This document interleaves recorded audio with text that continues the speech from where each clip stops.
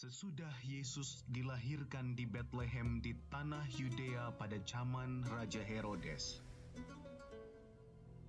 datanglah orang-orang Majus dari timur ke Yerusalem dan bertanya-tanya, "Di manakah dia, raja orang Yahudi yang baru dilahirkan itu?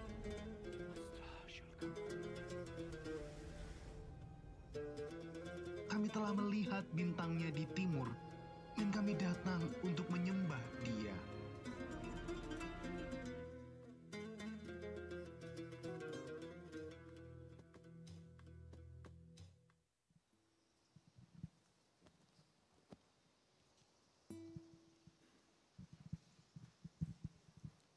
Saudara, saat ini saya ajak kita untuk berdiam diri sejenak di hadapan Tuhan. Mari kita berikan fokus kita untuk menyembah dan memuji Tuhan. Deep prayer.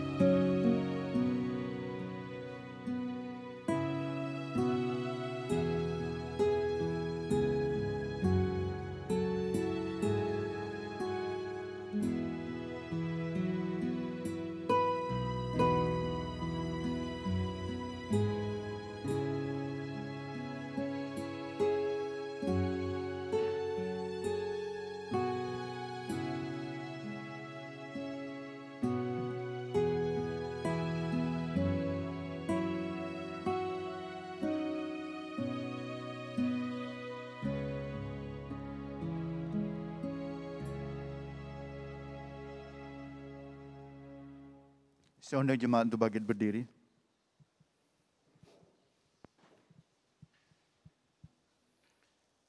Ibadah ini kita awali dengan satu keyakinan bahwa pertolongan kita adalah dalam nama Tuhan yang menjadikan langit dan bumi. Turunlah kiranya atas kita sekalian kasih karunia dan damai sejahtera dari Allah Bapa dan Tuhan kita Yesus Kristus. Amin. Haleluya. Pujilah Tuhan, hai jiwaku. Aku hendak memuliakan Tuhan selama aku hidup, dan bermazmur bagi Allahku selagi aku ada. Saudara, sungguh bersyukur bila hari ini kita masih bisa memasuki minggu Advent yang ketiga. Sungguh itu semua karena pertolongan Tuhan semata. Untuk itu, dengan penuh sukacita, mari kita datang, kita berhimpun. Karena Dia, Sang Juru Selamat, telah lahir di Betlehem. Mari kita sembah dan puji Dia.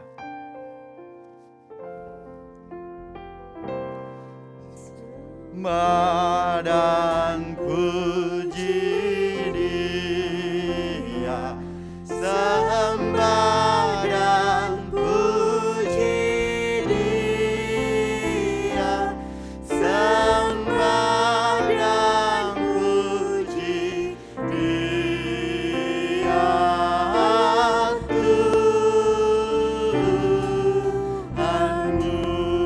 Saudara, mari berhimpun dan bersukaria. Mari semua datang ke Betlehem. Lihat, telah lahir Raja Bala Sorga. Mari naikkan pujian ini dengan penuh sukacita. Mari berhimpun dan bersukaria. Mari semua ke Betlehem. Lihat yang lahir, Raja Bala Sorga. Sembah dan puji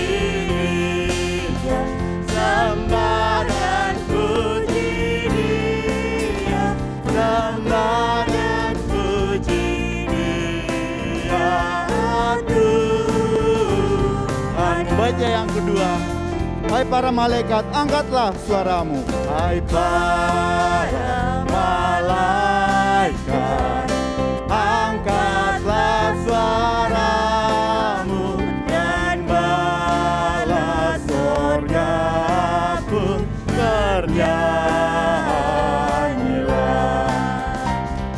Muliakan Allah Bapa dalam surga, sembah dan puji Dia, sembah dan puji Dia, sembah dan puji Dia, Tuhanku.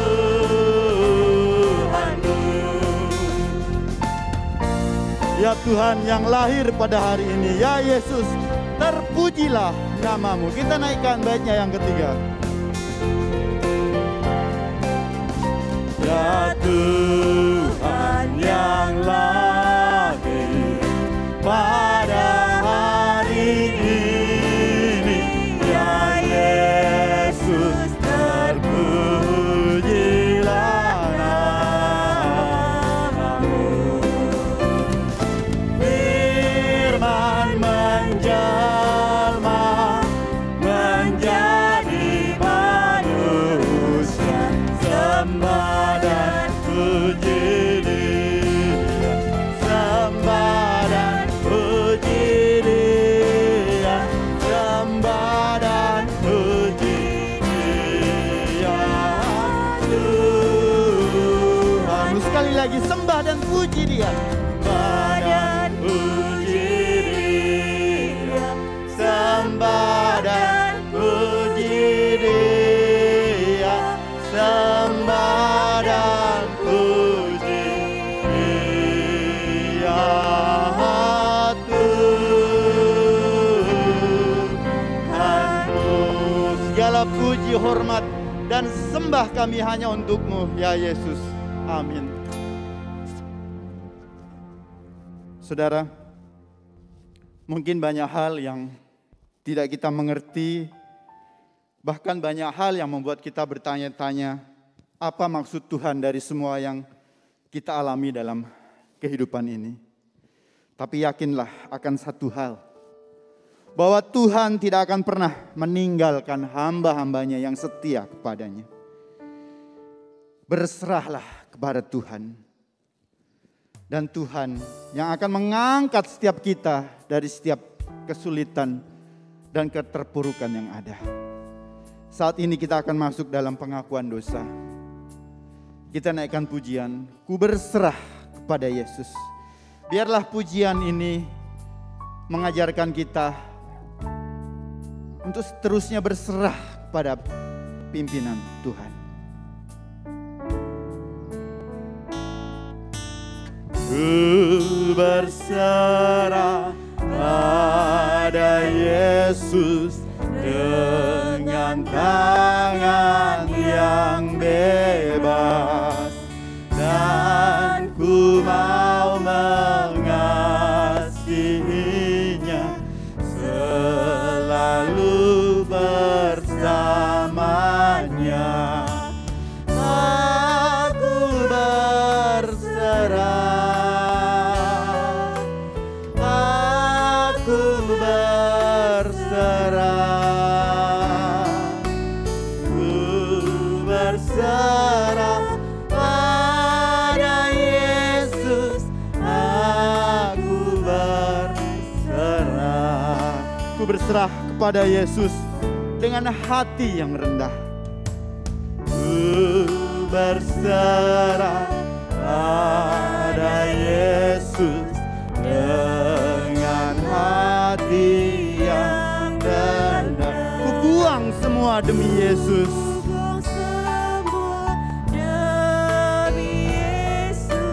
Ku datang kepadanya.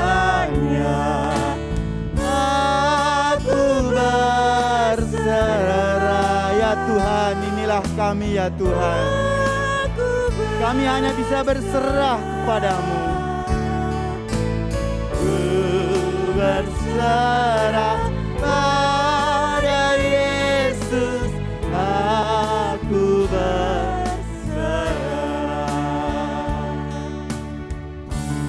Aku berserah pada Yesus dengan segenap jiwaku.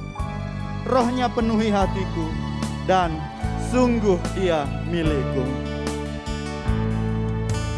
Ku berserah pada Yesus dengan segenap jiwaku.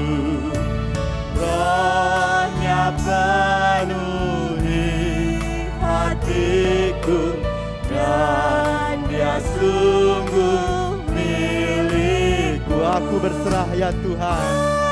Aku berserah ya Tuhan. Aku berserah. Ku berserah pada Yesus.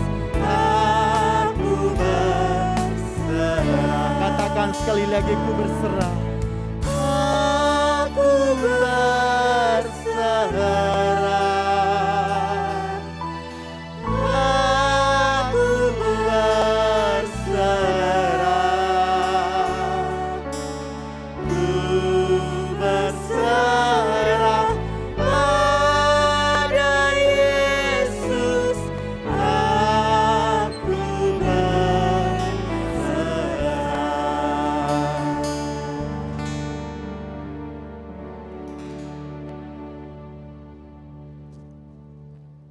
Bapak Ibu Saudara yang dikasihi oleh Tuhan, sekali lagi Tuhan memberikan bagi setiap kita kesempatan untuk datang di hadapan-Nya. Membukakan diri kita, menyadari akan kesalahan kita di hadapan-Nya. Mari Bapak Ibu dengan kesungguhan hati, kita pakai waktu ini dengan sungguh untuk datang kepada-Nya. Sebab siapakah Allah seperti Engkau yang mengampuni dosa dan yang memaafkan pelanggaran dari sisa-sisa miliknya sendiri, yang tidak bertahan dalam murkanya untuk seterusnya, melainkan berkenan kepada kasih setia. Untuk itu kepada Allah yang setia, kita datang kepada-Nya, mengakui akan pelanggaran kita di hadapan-Nya.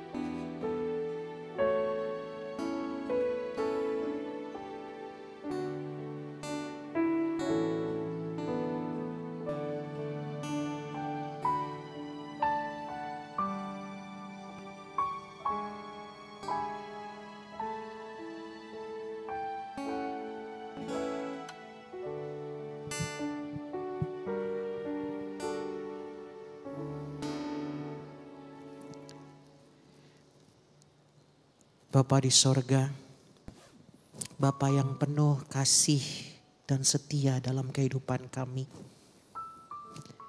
Inilah kami dengan keberserahan penuh kami datang kepadamu Tuhan. Mengakui akan setiap pelanggaran kami yang kami lakukan dan tidak menyenangkan hatimu. Kami seringkali mengikuti apa yang menjadi keinginan kami. Kami sering meninggalkan Engkau. Ampuni kami ya Tuhan.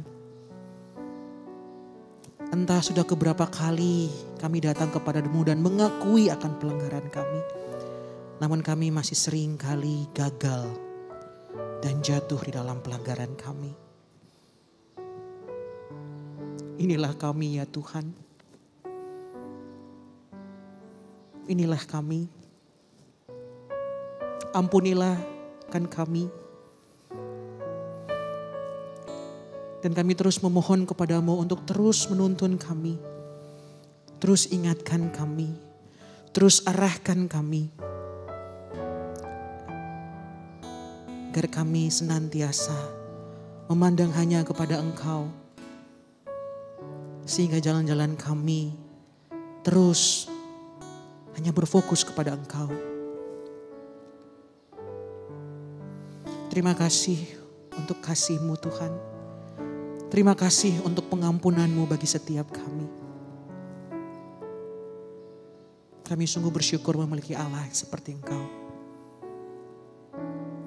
Inilah setiap kami ya Tuhan. Kami datang kepadamu dan mengakui akan setiap kesalahan kami. Di dalam nama Tuhan Yesus, kami berdoa. Amin. Bapak Ibu yang dikasihi oleh Tuhan, kita bersyukur kalau kita memiliki Allah yang begitu baik. Allah yang penuh dengan kasih setia yang senantiasa mengampuni akan setiap pelanggaran kita ketika kita datang mengakui di hadapannya.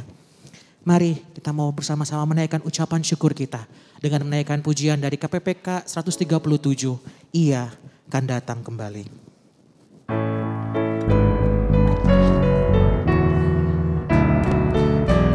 Beritakan kabar yang baik.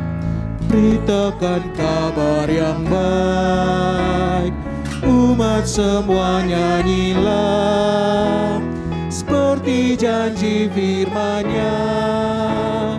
Ia akan datang kembali. Ia akan datang. Ia akan datang pada pagi, siang hari, malam atau seketika. Ia akan datang. Ia akan datang. Hari itulah teramat mulia. Ia akan datang kembali. Baitnya yang ketiga. Di hadapan Tuhanku lewatlah deritaku, mahkotaku sembahkan. Ia akan datang kembali. Ia akan datang. Ia akan datang pada pagi, siang hari, malam atau seketika. Ia akan datang. Dia akan datang. Hari itulah teramat mulia. Ia akan datang kembali. Mari bersama dengan orang percaya di sepanjang segala abad dan di segala tempat. Kita akan bersama-sama dengan kesungguhan hati kita mengakui akan pengakuan iman rasuli. Pengakuan iman rasuli. Aku percaya kepada Allah, Bapa yang Maha Kuasa, Khalik langit dan bumi. Dan kepada Yesus Kristus, anaknya yang tunggal Tuhan kita. Yang dikandung dari Roh Kudus, lahir dari anak darah Maria. Yang menderita sengsara di bawah pemerintahan Pontius Pilatus. Disalibkan, mati dan dikuburkan. Turun ke dalam kerajaan maut. Pada hari yang ketiga, bangkit pula dari antara orang mati. Naik ke surga, duduk di sebelah kanan Allah, Bapa yang Maha Kuasa. Dan dari sana ia akan datang untuk menghakimi orang yang hidup dan yang mati. Aku percaya kepada Roh Kudus, gereja yang kudus dan am, persekutuan orang kudus, pengampunan dosa, kebangkitan tubuh, dan hidup yang kekal. Amin. Bapak Ibu dipersilakan duduk kembali.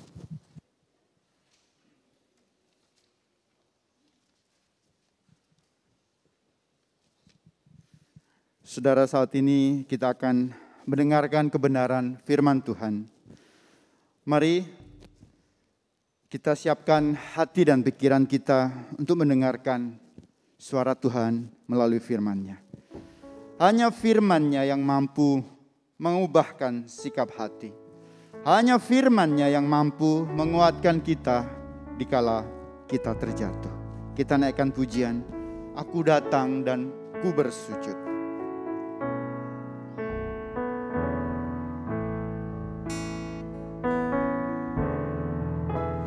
Aku datang dan ku bersujud di hadapanmu. Ku rasakan indah hadiratmu.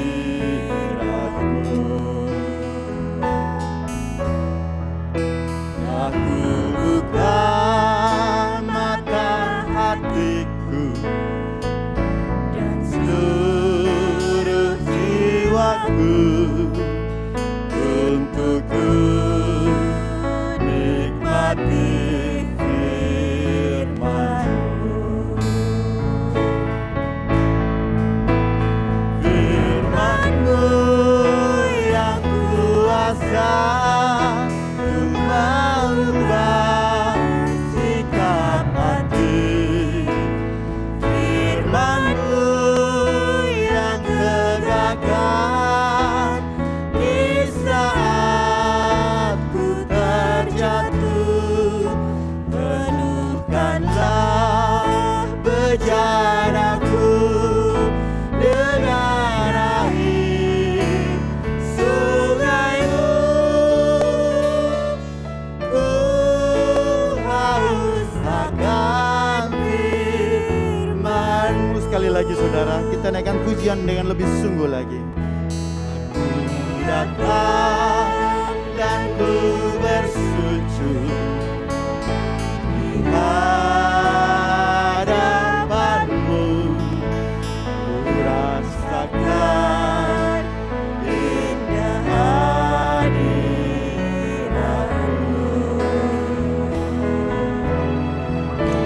Aku buka mata hatiku dan seluruh jiwaku untuk ku nikmati firman-Mu yang berkuasa ya Tuhan. Firman-Mu yang kuasa untuk mengubah sikap hati. Firman-Mu yang tegakkan di saat ku terjatuh. Penuhkanlah bejanaku dengan air sungai-Mu. Ku haus akan firman-Mu. Firman-Mu yang kuasa. Firman-Mu yang kuasa untuk mengubah sikap hati. Firman-Mu yang tegakkan di saat ku terjatuh. Penuhkanlah bejanaku dengan air sungai-Mu. Ku haus akan firman-Mu.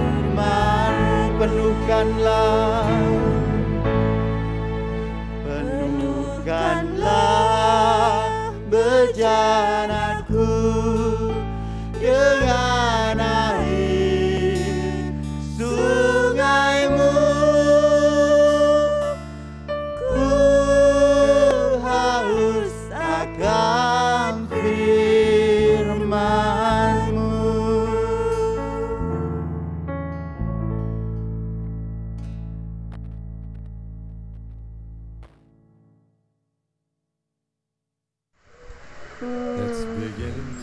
Merahnya bagus nih dressnya.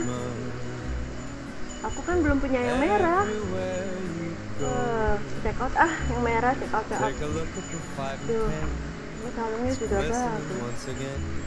Kalungku udah ada tapi kan beda, aku juga belum ada 2. Oke, aku check out deh. Dress sudah, kalung sudah. Oke. Akhir tahun mau kemana ya kira-kira ya? Eropa,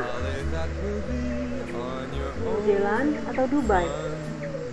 Indonesia? Enggak deh. Eropa aja kayaknya, Eropa. Tapi Eropa aku udah sering. Tapi nggak apa-apa deh, Eropa aja.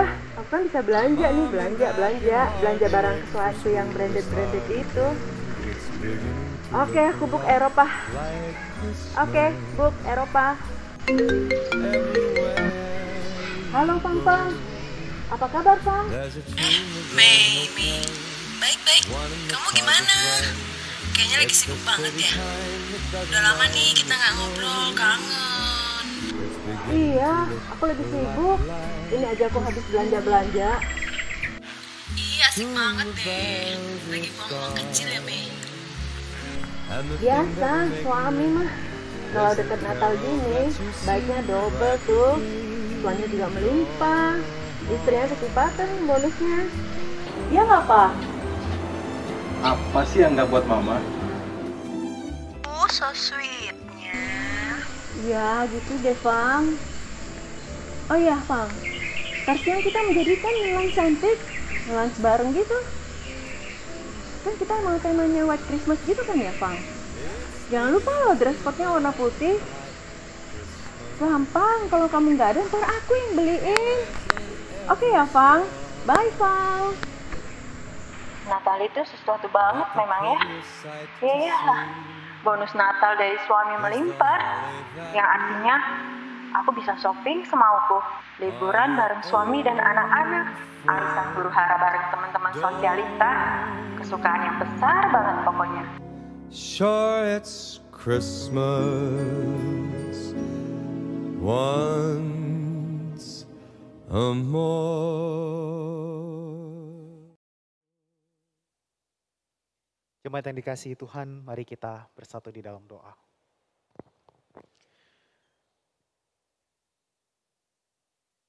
Tuhan, kami percaya Engkau yang paling tahu mau kemana ya kami Tuhan. Mau kemanakah kami di penghujung tahun 2021 ini. Kiranya yang kami nantikan bukanlah untuk berpergian menikmati apa yang jauh daripada Tuhan. Tetapi seperti di awal ibadah ini dimulai, di mana orang Majus itu berpergian, menantikan dan menyambut akan kedatangan Tuhan.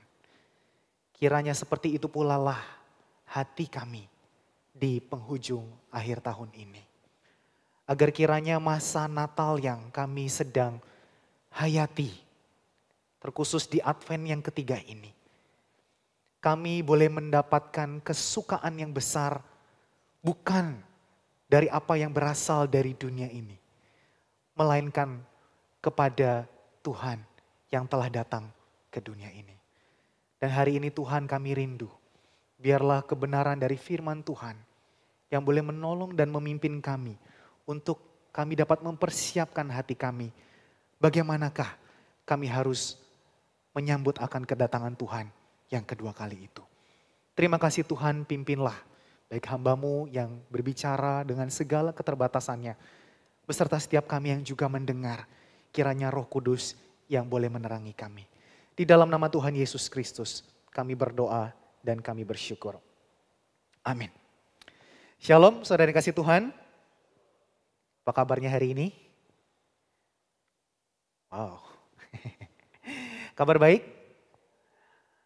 Puji Tuhan.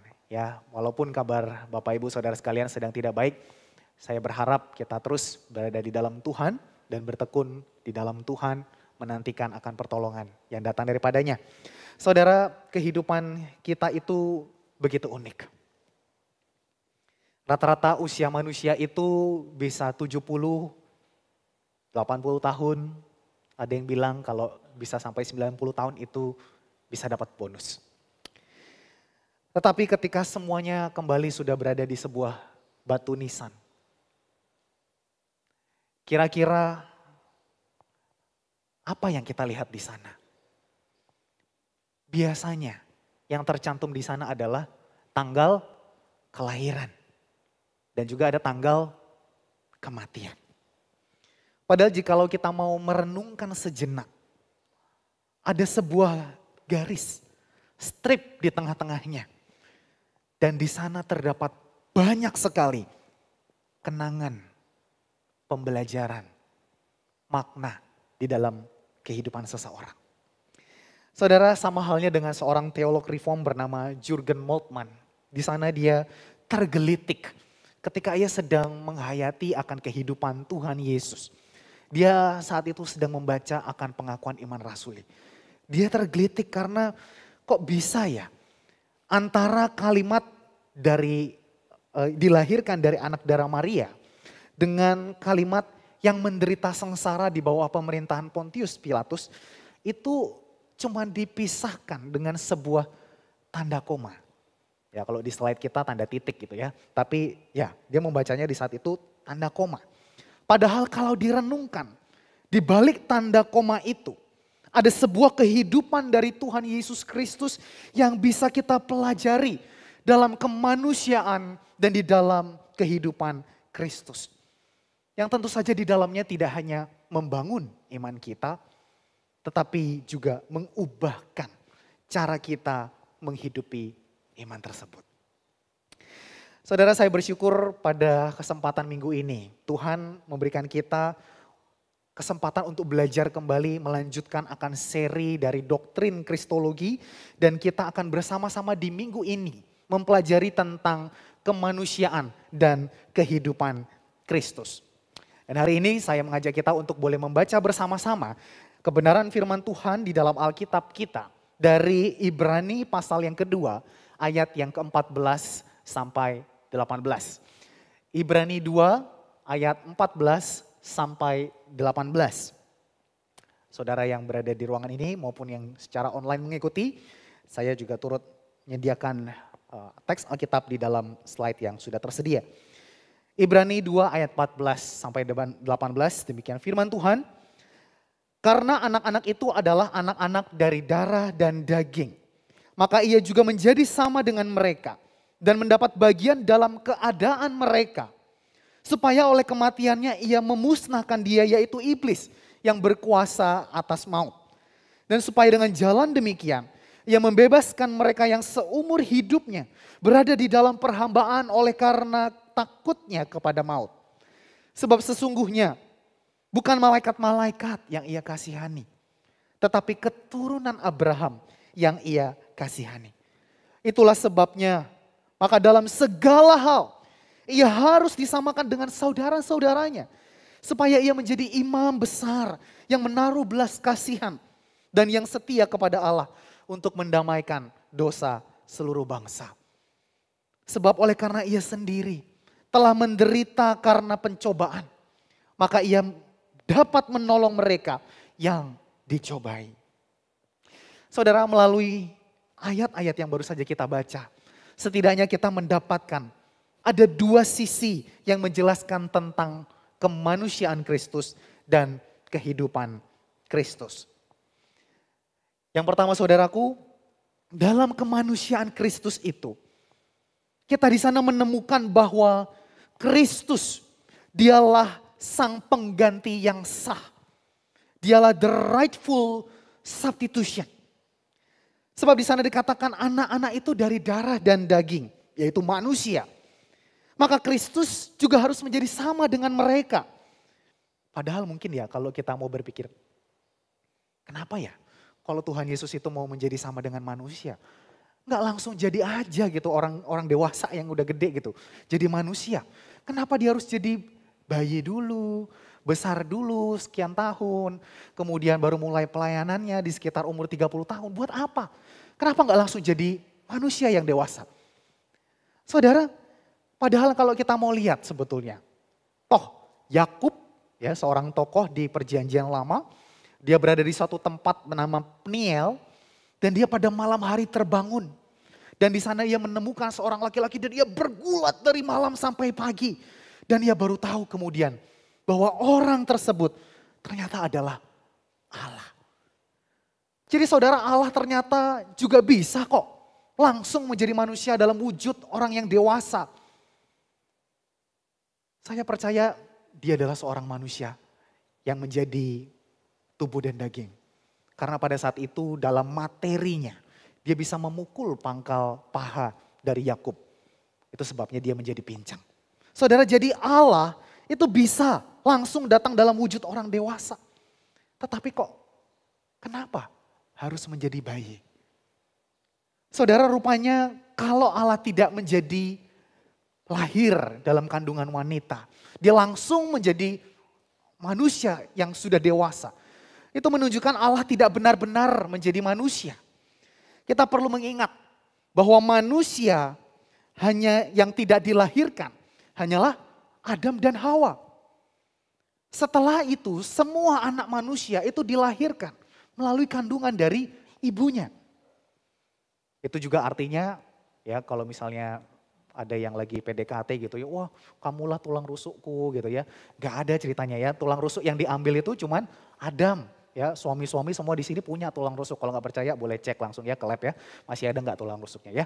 Jadi semua itu terjadi bagaimana bahwa Allah menciptakan Adam dan Hawa.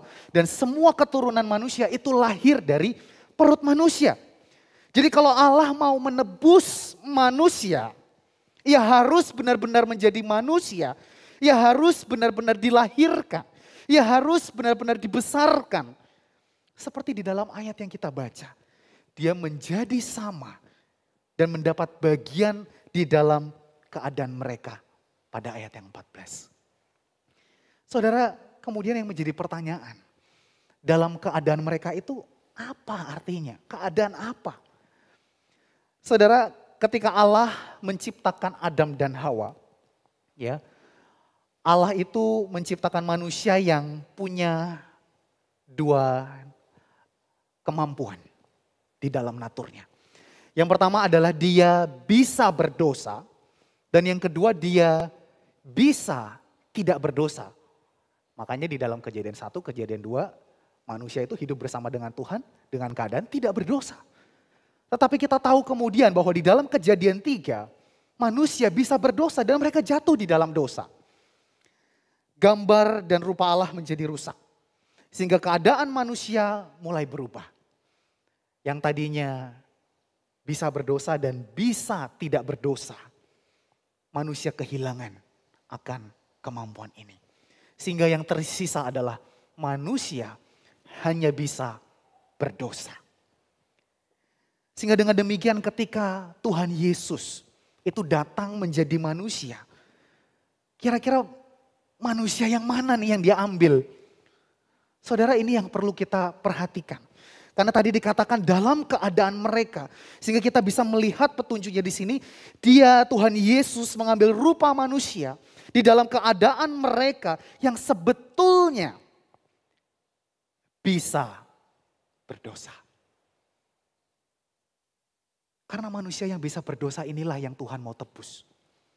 Kalau enggak ngapain? Ya. Dalam ayat 17 pun menegaskan bahwa di dalam segala hal ia harus disamakan.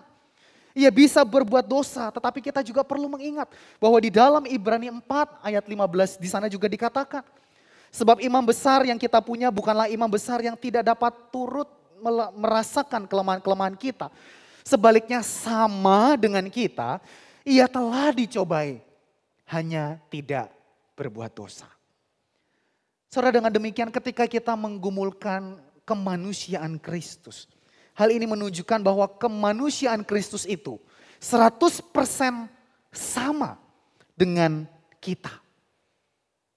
Di minggu yang lalu kita sudah berbicara tentang keilahian Tuhan Yesus yang juga 100%. Dan pada minggu ini mau menegaskan bahwa manusia daripada Tuhan Yesus juga 100%. Itu artinya bukan cuma berbicara dia bisa lapar, dia bisa haus, dia bisa mules, dia bisa sakit, bisa ngantuk, dan bisa marah. Tetapi saudaraku, yang terpenting di dalam doktrin kemanusiaan Kristus ini adalah kemanusiaan Kristus menempatkan dirinya berada di dalam natur manusia, manusia yang telah jatuh di dalam dosa. It is in the state of fallen human nature.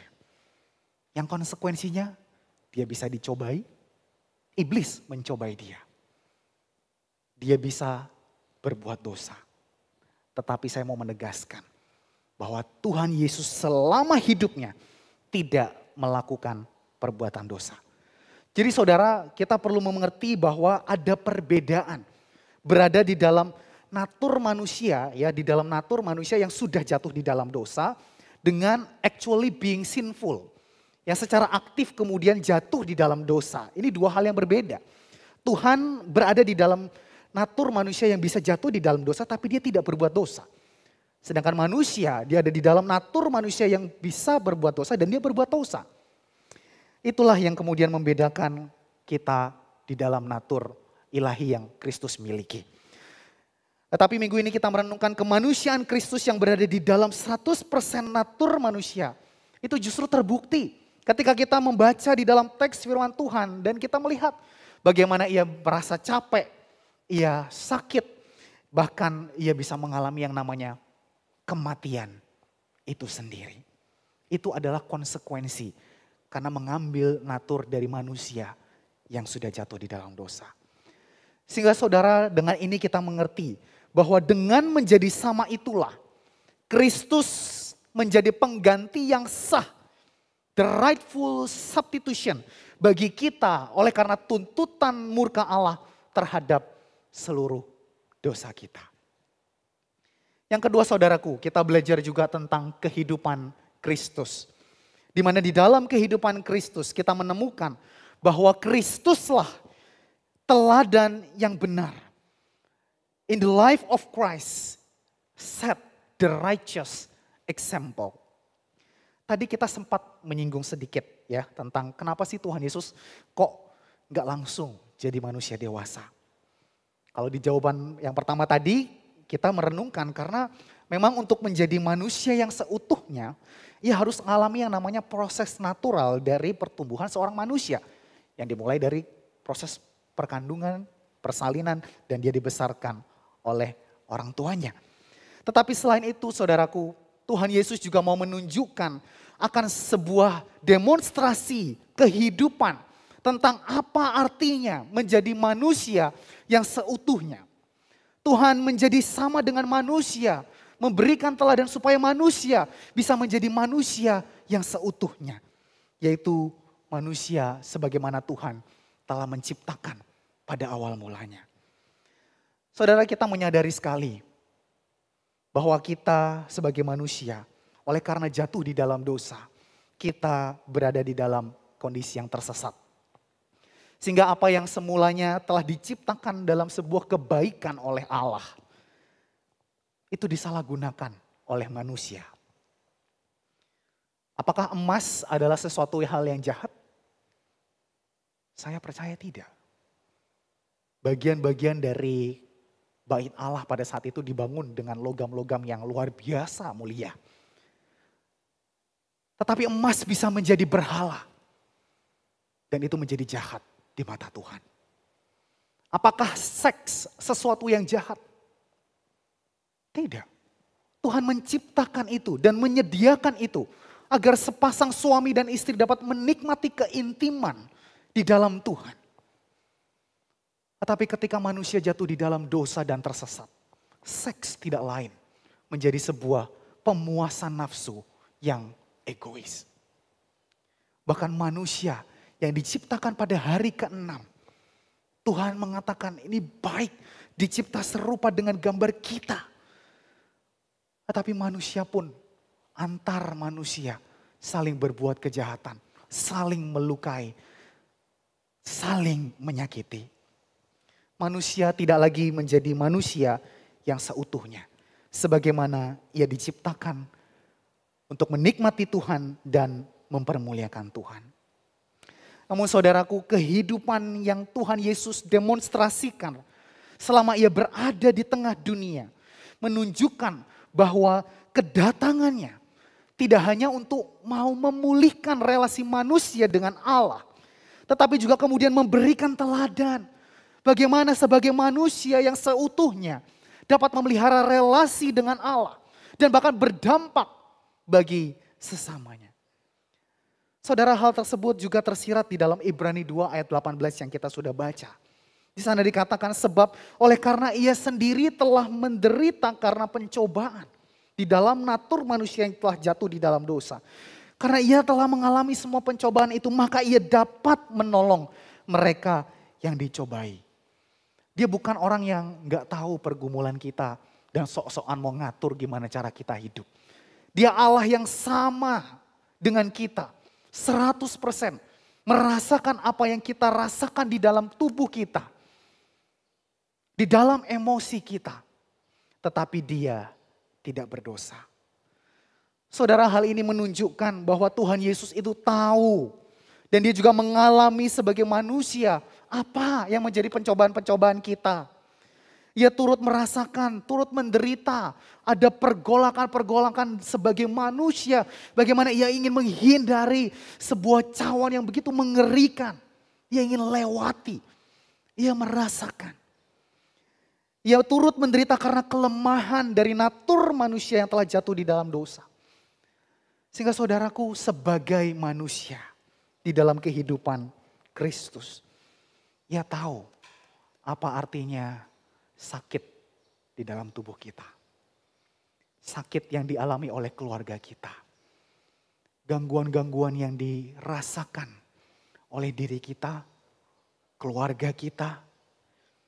Ia tahu apa artinya kehilangan orang yang dikasihi. Ia tahu apa artinya dikhianati. Ia tahu apa artinya dipukul. Ia tahu apa artinya diludahi. Dia tahu apa artinya ditinggalkan. Dan ia juga mau untuk kita tahu bahwa kita tidak mengalami itu sendirian. Yang mau kita tahu bahwa ia turut merasakannya bersama dengan kita. Dan itulah yang menjadi penghiburan bagi kita. Bahwa kita tidak pernah ditinggalkan sendiri di dalam segala perjuangan kita mengikut Tuhan. Saudara, itu sebabnya dengan mengalami itu semua, Tuhan Yesus kemudian menjadikan kehidupan kemanusiaannya itu sebagai teladan bagi murid-muridnya. Ia menjadikan kehidupan kemanusiaannya itu disaksikan, dicatat untuk menjadi teladan bagi kita semua. Sehingga kita tahu bahwa kita bisa loh. Kita bisa hidup sebagai manusia yang baru. Yang melekat dengan Allah. Meskipun kita tahu, kita penuh dengan kelemahan. Kita penuh dengan segala kerapuhan. Tetapi kita memiliki kekuatan. Karena Allah beserta dengan kita. Saudaraku, firman Tuhan di dalam 1 Petrus ayat yang kedua sampai yang ayat yang ke 1 Petrus 2 ayat 21 sampai 23 berkata, sebab untuk itulah kamu dipanggil, karena Kristus pun telah menderita untuk kamu dan telah meninggalkan teladan bagimu supaya kamu mengikuti jejaknya. Ia tidak berbuat dosa dan tipu tidak ada dalam mulutnya. Ketika ia dicaci maki, ia tidak membalas dengan mencaci maki. Ketika ia menderita, ia tidak mengancam. Tetapi ia menyerahkannya kepada Dia yang menghakimi dengan adil. Saudara, jika kita mempelajari kehidupan Kristus, yang tentu saja kita perlu dengan lebih tekun lagi membaca akan Injil, membaca bagaimana Dia merespons akan situasi-situasi di dalam kehidupan. Ketika ada orang-orang yang membutuhkan Dia, ketika ada orang-orang yang sedang bergumul dengan sakit penyakit, ketika ada orang yang berseru, Tuhan tolong. Jika engkau mau, tolonglah aku. Jika engkau sanggup, tolonglah aku. Kita perlu belajar bagaimana Tuhan merespons akan situasi itu. Sehingga saudara, dengan kehidupan Kristus sebagai manusia inilah yang menjadi teladan yang benar bagi setiap kita sebagai manusia yang telah ditebus olehnya untuk bisa hidup kembali menjadi manusia yang seutuhnya di hadapan Tuhan. Saudara, apa kemudian aplikasi yang bisa kita pelajari setelah kita mempelajari tentang kemanusiaan dan kehidupan Kristus ini? Saudara, ada dua hal. Jika Anda seorang yang bukan Kristen, Anda mungkin belum Kristen, Anda masih bertanya-tanya, Anda mungkin masih mencari tahu tentang siapa Kristus. Saudara, ini adalah kabar baik bagi Anda. Sebab Anda punya kesempatan untuk menaruh pengharapan Anda kepada pribadi Yesus Kristus. Tuhan yang menjadi sama dengan manusia. Dialah satu-satunya yang dapat menjadi pengganti yang sah atas dosa Anda dan saya. Dia yang tidak berdosa. Dia yang mengambil dosa Anda. Semua dosa Anda. Dia ambil. Dia pikul di atas kayu salib. Dan dia tanggung upah dosa itu. Saudara, di dalam kemanusiaannya ia mati. Namun ia kemudian bangkit kembali di dalam tubuh yang mulia. Untuk menunjukkan kepada Anda dan saya bahwa ada kehidupan setelah kematian. Dan itu juga tersedia bagi Anda. Saudara, jikalau Anda seorang yang Kristen, saya mengajak kita untuk melihat kembali bahwa karya kemanusiaan Kristus telah memerdekakan Anda untuk mampu kembali untuk hidup tidak berdosa. Itu artinya sadarilah bahwa ada peperangan di dalam diri kita. Apakah kita mau hidup dikuasai oleh daging atau kita mau hidup dipimpin oleh Roh? Maka jadikanlah kehidupan Kristus itu sebagai teladan yang benar akan sebuah kehidupan sebagai manusia yang utuh, truly human.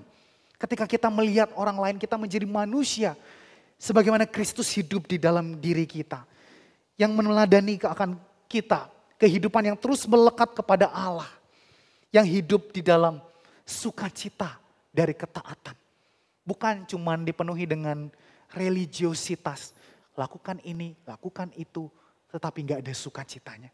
Tuhan mau di dalam ketaatan itu kita menikmati akan sukacita dalam melakukan kehendak-Nya. Dan yang kedua, menjadi serupa Kristus di dalam kemanusiaan dan kehidupannya. Ini bukanlah soal menjadi the best version of myself. Menjadi versi terbaik dari diriku. Menjadi serupa dengan Kristus dalam kemanusiaan dan kehidupannya adalah menyadari bahwa aku ini punya kelemahan. Aku ini punya trait-trait tertentu. Aku ini punya latar belakang tumbuh di keluarga yang seperti ini dan seperti itu. Aku nggak mau jadi best version of myself. Aku mau jadi Jesus version of myself. Menjadi versi Yesusnya diriku.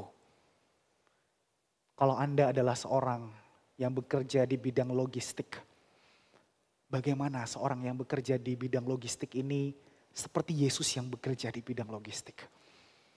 Kalau Anda adalah seorang guru, bagaimana seorang guru yang kalau Yesuslah yang menjadi guru bagi murid-muridnya?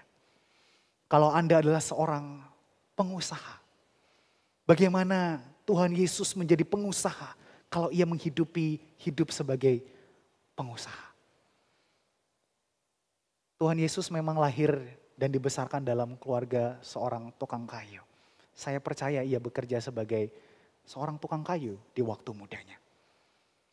Memang Alkitab tidak menceritakan, tetapi di dalam kehidupan yang mungkin tidak tertulis, bahkan stripnya pun tidak ada.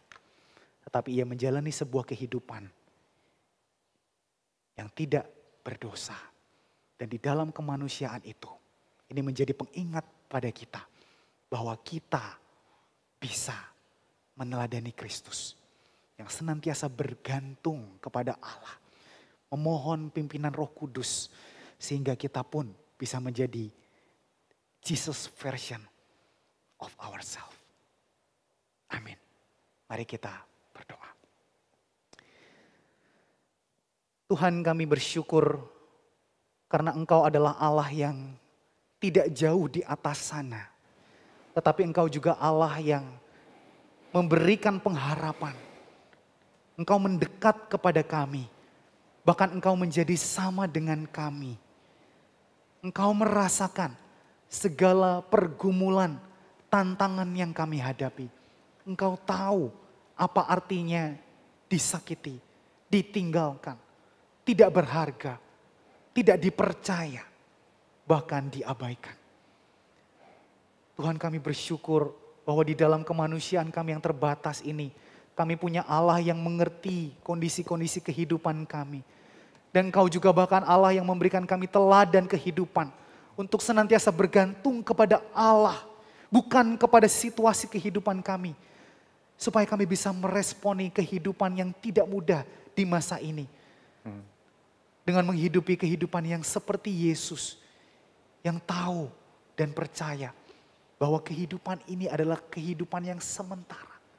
Kehidupan yang Tuhan sebetulnya telah tebus dan Engkau siapkan satu kehidupan yang kekal setelah kami mati nanti.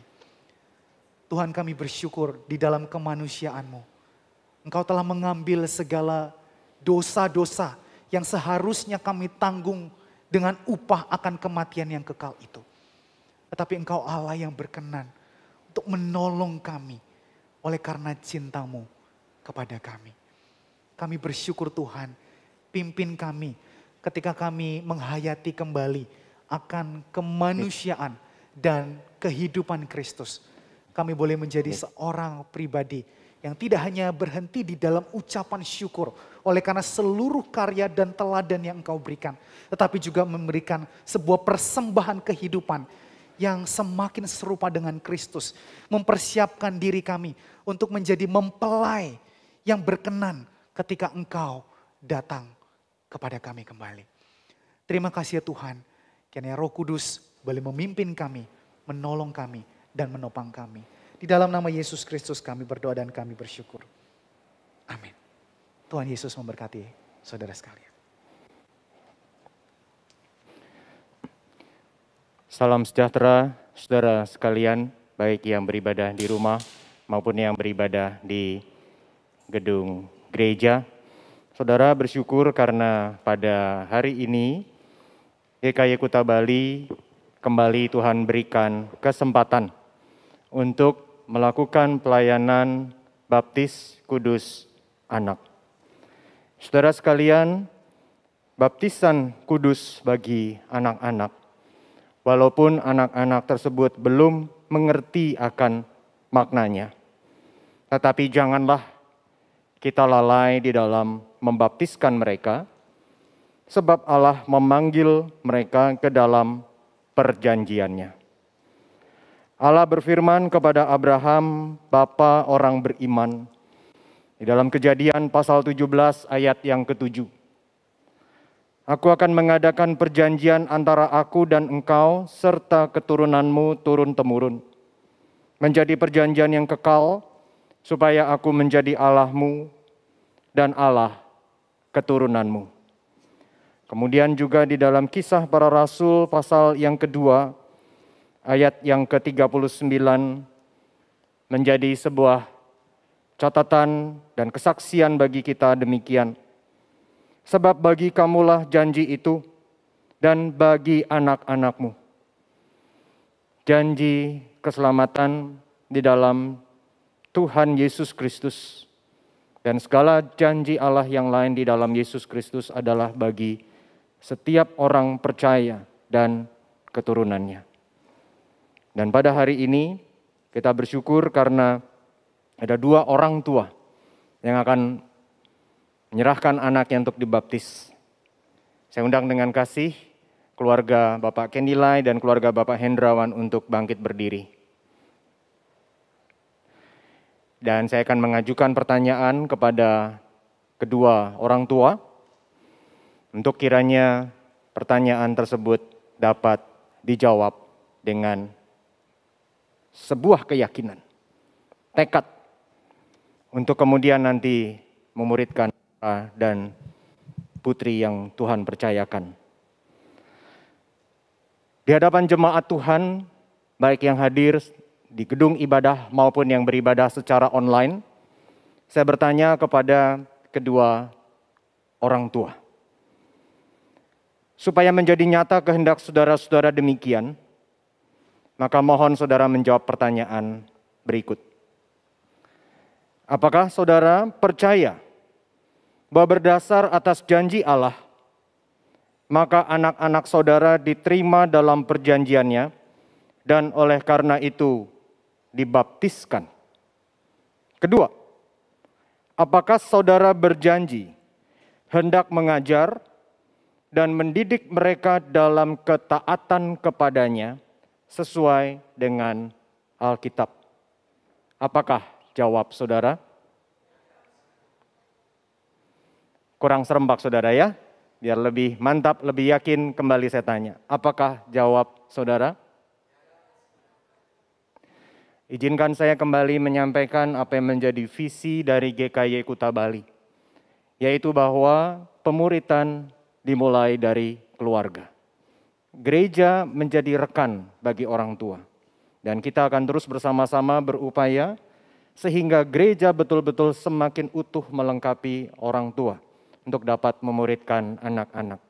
Tapi izinkan saya selaku pendeta dan gembala GKY Kuta Bali memberikan pesan ini kepada Bapak Kenny, Bapak Hendra, terutama kepala keluarga, tanggung jawab memuridkan anak-anak. Ibu Lis, Ibu Bella, jadilah penolong yang sepadan bersama-sama dengan suami memuridkan anak-anak. Para orang tua dipersilahkan duduk dan kami akan mempersiapkan untuk baptisan anak pada pagi hari ini.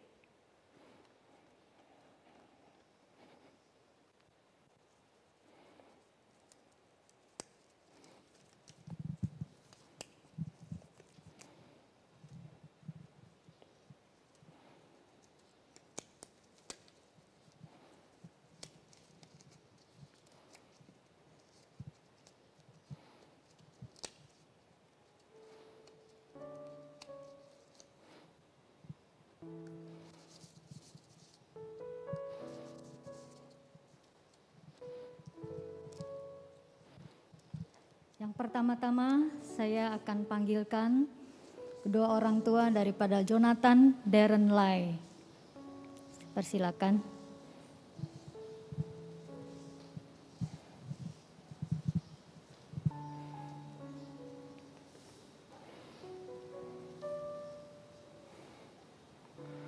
Jonathan Darren Lai, selaku hamba Tuhan, pada hari ini aku membaptis engkau di dalam nama Bapa, Anak, dan Roh Kudus. Di dalam nama Tuhan Yesus Kristus, kiranya engkau terus bertumbuh di dalam pengenalan akan Tuhan. Bapak Kenny, Ibu Lis, Tuhan memberkati engkau, memberkati kalian, untuk kemudian kalian dapat memuridkan Jonathan Darren Lai di dalam jalan Tuhan. Tuhan menjaga, melindungi, sehingga kalian menjadi kesaksian yang baik bagi banyak orang. Di dalam nama Tuhan Yesus, amin.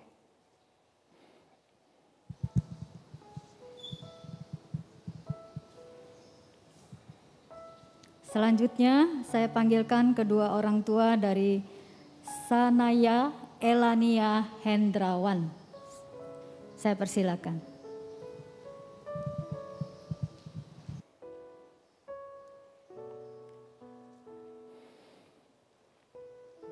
Safina mendampingi adik ya.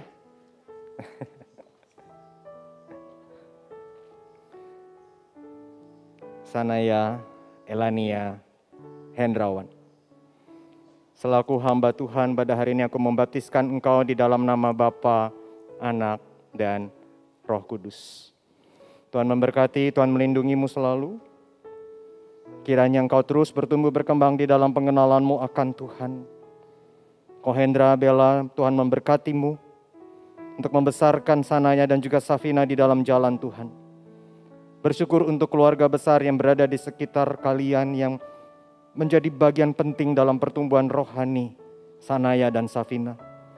Tapi Tuhanlah yang memampukan kalian sebagai ayah dan ibu untuk benar-benar memuridkan putri-putri yang Tuhan percayakan kepada Kohendra dan Bella.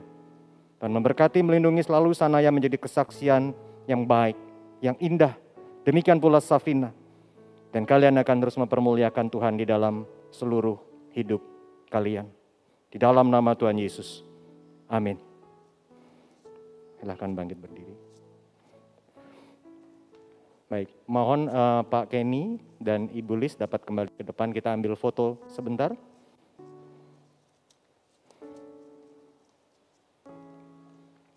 Ya, bersama.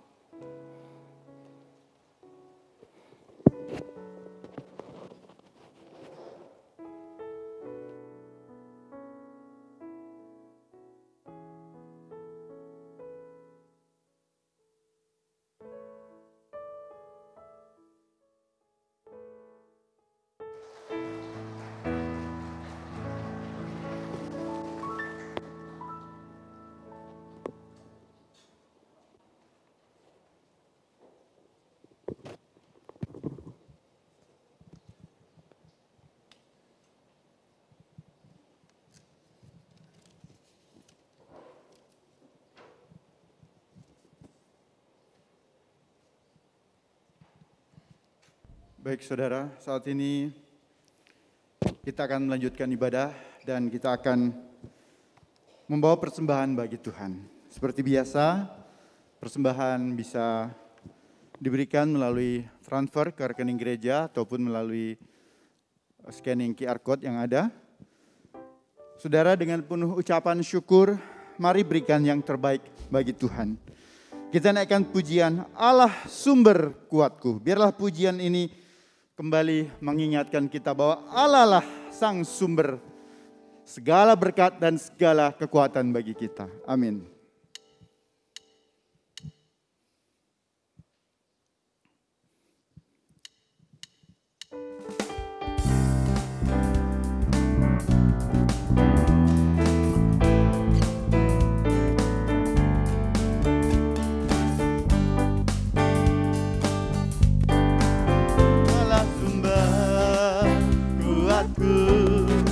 Allah sumber kuatku, Allah sumber kuatku dan bagianku selamanya. Allah sumber kuatku, Allah sumber kuatku, Allah sumber kuatku dan bagianku selamanya.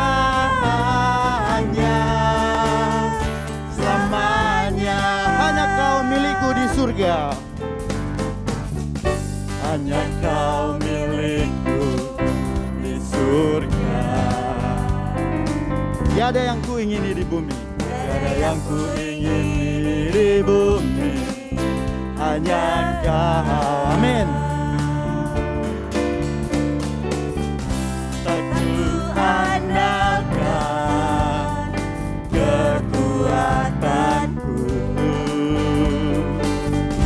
namun yang pasti Kau tetap selamanya. Allah sumber kuatku, Allah sumber kuatku, Allah sumber kuatku dan bagianku selamanya. Allah sumber kuatku,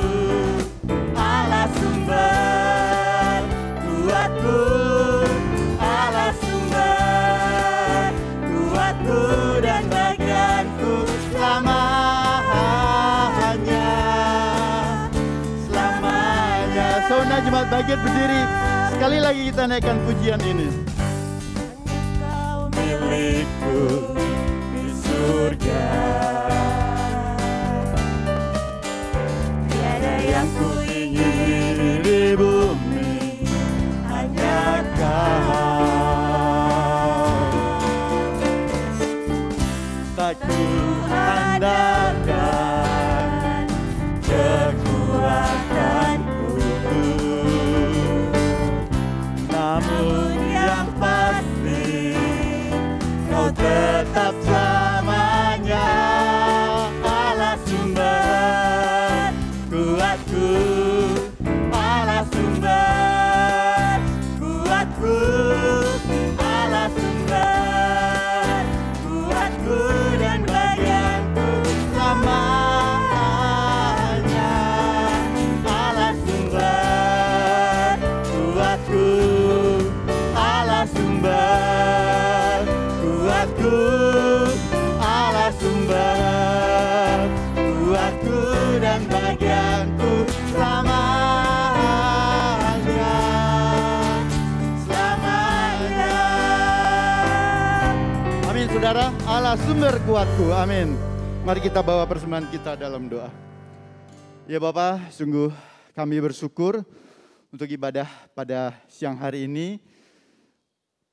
Terima kasih untuk firman-Mu yang sekali lagi mengingatkan kami bagaimana Tuhan sendiri telah menjadi manusia sama seperti kami.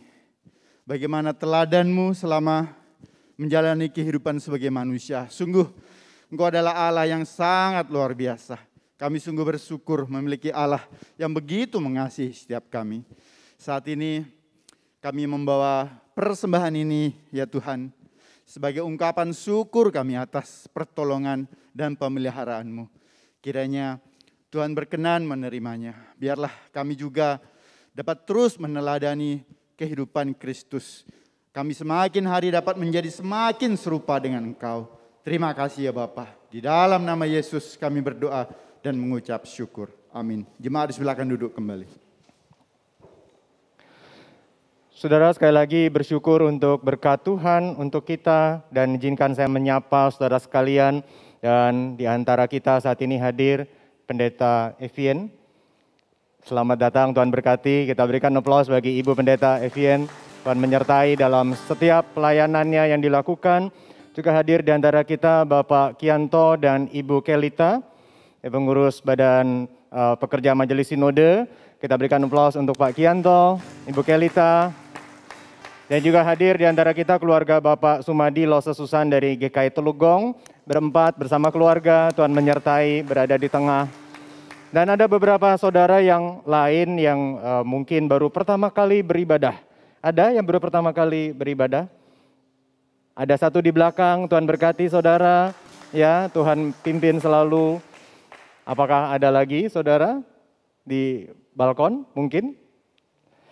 Baik saudara, salam bagi setiap saudara, baik yang beribadah di gereja maupun yang beribadah di tempat kediaman masing-masing.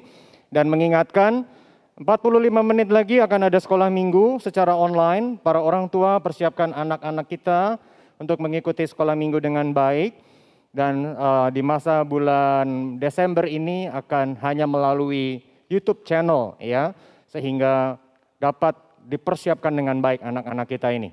Kemudian para orang tua, pada hari Rabu, Kamis, Jumat mendatang, anak-anak ada sekolah Injil liburan yang sudah dipersiapkan dengan baik. Mari para orang tua khususkan diri kita untuk mendampingi anak-anak sehingga mereka dapat belajar dengan baik di sekolah Injil liburan ini, yang dilanjutkan dengan tanggal 18 Desember perayaan Natal bagi anak-anak sekolah minggu ya. Para orang tua dapat mempersiapkan anak-anak kita untuk yang terbaik. Dan kemudian Bapak Ibu Saudara, memang pada hari ini kita mulai uji coba untuk penggunaan aplikasi Peduli Lindungi. Hal ini sesuai dengan instruksi Menteri Dalam Negeri. Sebab saudara, sekalipun memang sudah diberitakan PPKM level 3 dicabut, tidak diberlakukan dalam masa Nataru, Natal Tahun Baru, tetapi instruksi Mendagri tersebut tidak dicabut. Dan memang hari ini kita mulai uji coba, ya. Sehingga Bapak Ibu Saudara sekalian, sebelum Bapak Ibu Saudara menginjakkan kaki di seputar lobi, tolong peduli lindunginya dinyalakan, diaktifkan, sehingga mempercepat proses scan. Dan izinkan saya menyampaikan, maaf kalau saya sebut beberapa nama, saya tidak endorse sama sekali, tetapi ini untuk membantu. Saudara selain pakai peduli lindungi bisa memakai berbagai aplikasi seperti Shopee, Tokopedia, dan yang lain. Di situ ada akses untuk bisa scan dengan aplikasi tersebut yang memang connect ke peduli lindungi. Saudara cari di sana, itu ada peduli lindungi. Jadi kalau aplikasi peduli lindunginya misalnya error, bisa menggunakan aplikasi online yang ada di handphone saudara. Tetapi katakanlah di Shopee ataupun di apa, masukkan dulu nama dan NIK. Sehingga data di aplikasi tersebut terkoneksi secara otomatis dengan data saudara di peduli lindungi. Ya, jadi sekali lagi bisa pakai aplikasi yang lain, selain aplikasi peduli lindungi, masukkan nama dan NIK. Kalau memang kesulitan, saudara ada cara lain.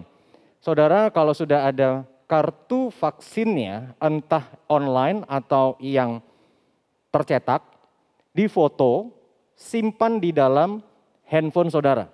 Sehingga kalau memang seperti tadi, ada yang masalah dengan sinyal, ya, maka saudara dapat tunjukkan foto itu untuk kemudian panitia dan pengelola gereja dapat bertanggung jawab terhadap setiap saudara yang masuk ke dalam gedung ibadah.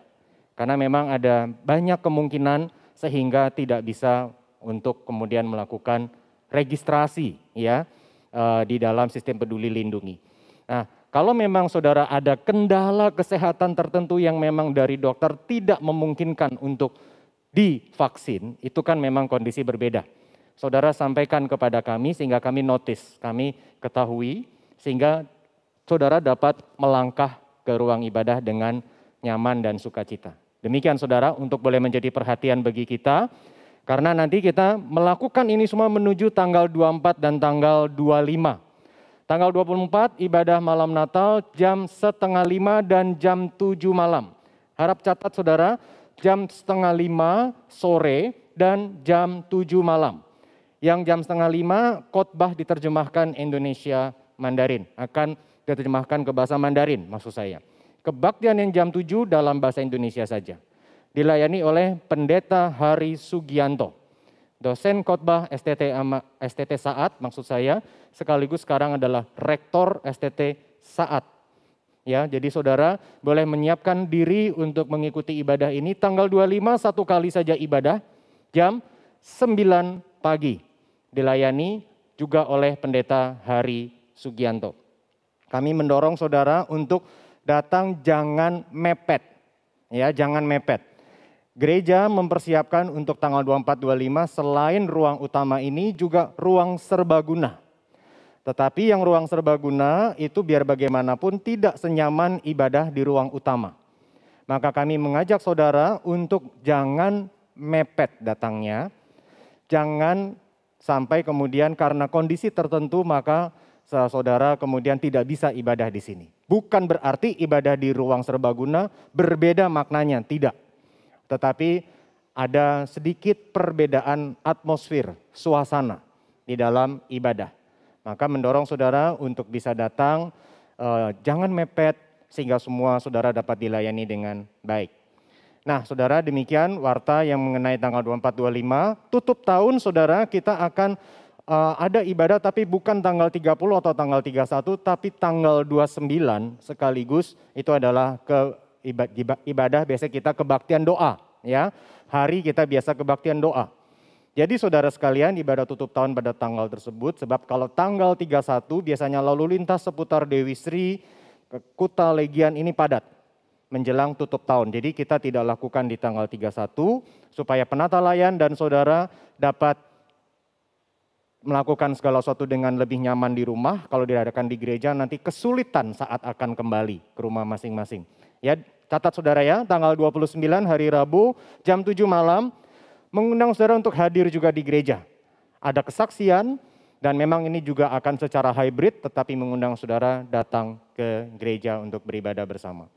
Dan demikian saudara, warta-warta yang lain dapat saudara lihat di warta yang sudah dibagikan secara online, linknya, dan terakhir adalah untuk kaitannya dengan bencana erupsi Gunung Semeru. Saudara sekalian, gereja kita bersama-sama dengan Sinode GKY mendukung, berusaha untuk membantu mereka yang dalam kesulitan ini. Sebenarnya sejak hari pertama, hari kedua terjadinya erupsi, Sinode kita sudah bergerak untuk memberikan bantuan.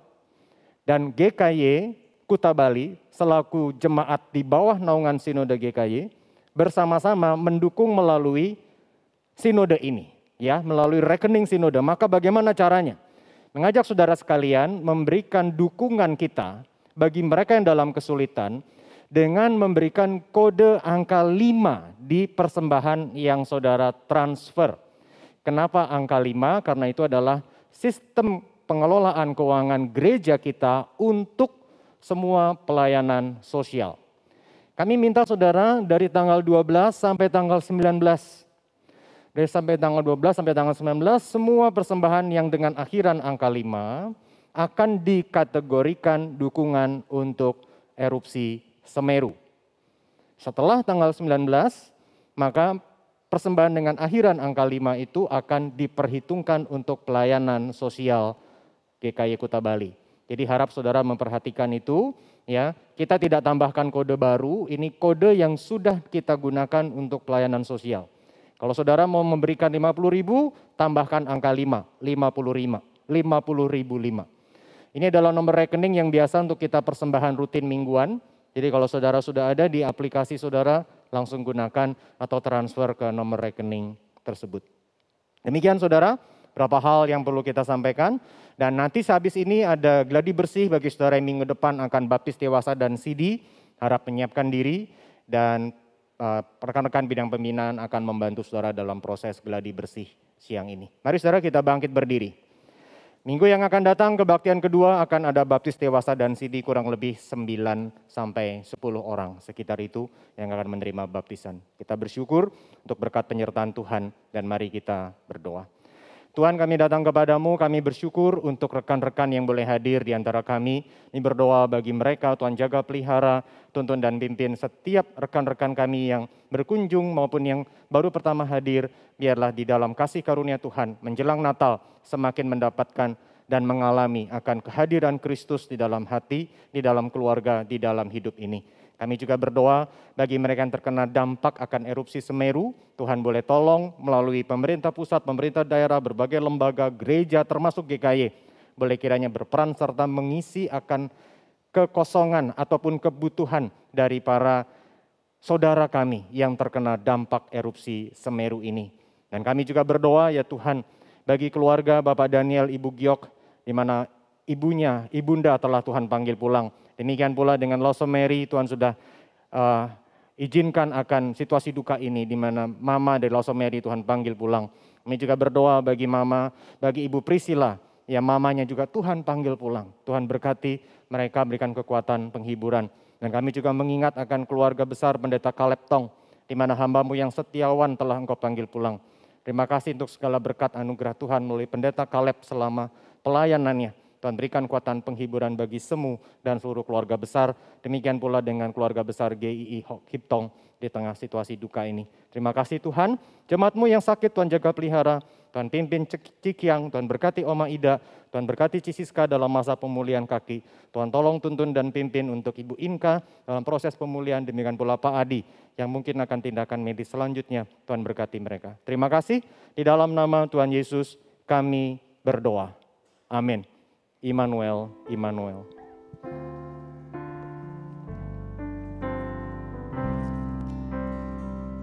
Immanuel, Immanuel, Immanuel, Immanuel. Tuhan beserta kita. Nama Immanuel, Immanuel. Immanuel, Immanuel, Immanuel, Immanuel. Tuhan beserta kita, namanya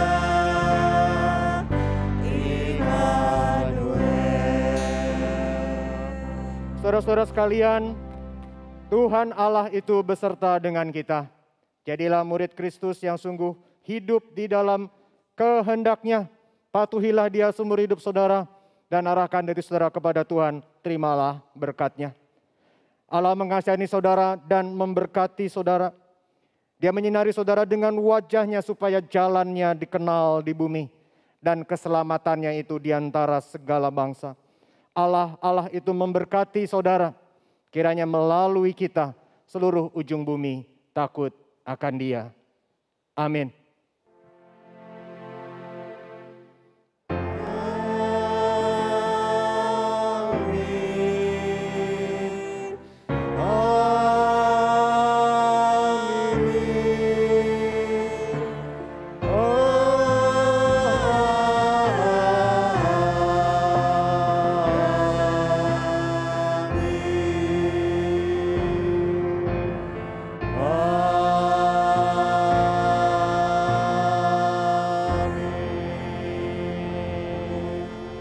Saudara sekalian dipersilahkan duduk, kita memasuki saat teduh dan nanti saudara akan keluar dari ruang ibadah ini menggunakan pintu yang berada di belakang saudara. Kita memasuki saat teduh.